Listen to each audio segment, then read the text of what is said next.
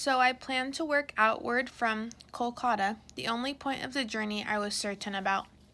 The first time I zoomed into Howrah Station, looking at the rows of rigid gray platform roofs and all the tracks spilling out of it like the fraying end of the rope, I was amazed and shocked that I'd once trod barefoot along these walkways. I had to open my eyes wide to make sure what I was looking at was real. I was about to embark on a high-tech version of what I'd done in my first week there, 20 years ago, randomly taking trains out to see if they went back home. I took a deep breath, chose a train line, and started scrolling along it. Immediately, it became clear that progress would be slow. Even with broadband, my laptop had to render the image, which took time. It started a little pixelated, then resolved into an aerial photograph. I was looking for landmarks I recognized and paid particular attention to the stations, as they were the places I remembered most vividly.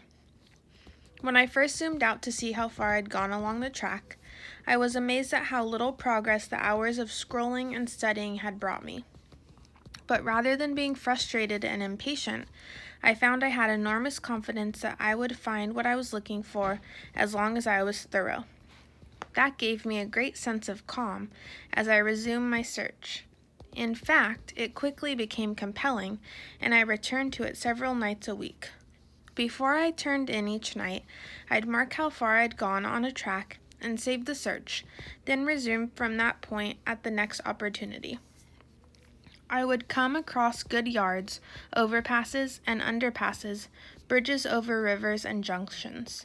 Sometimes I skipped along a bit, but then nervously went back to repeat a section, reminding myself that if I wasn't methodical, I would never be sure I'd looked elsewhere.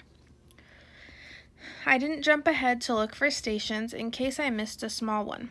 I followed the track so I could check out anything that came along, and if I found myself reaching the edge of a boundary I'd devised, I'd go back along the train line to a previous junction and then head off in another direction.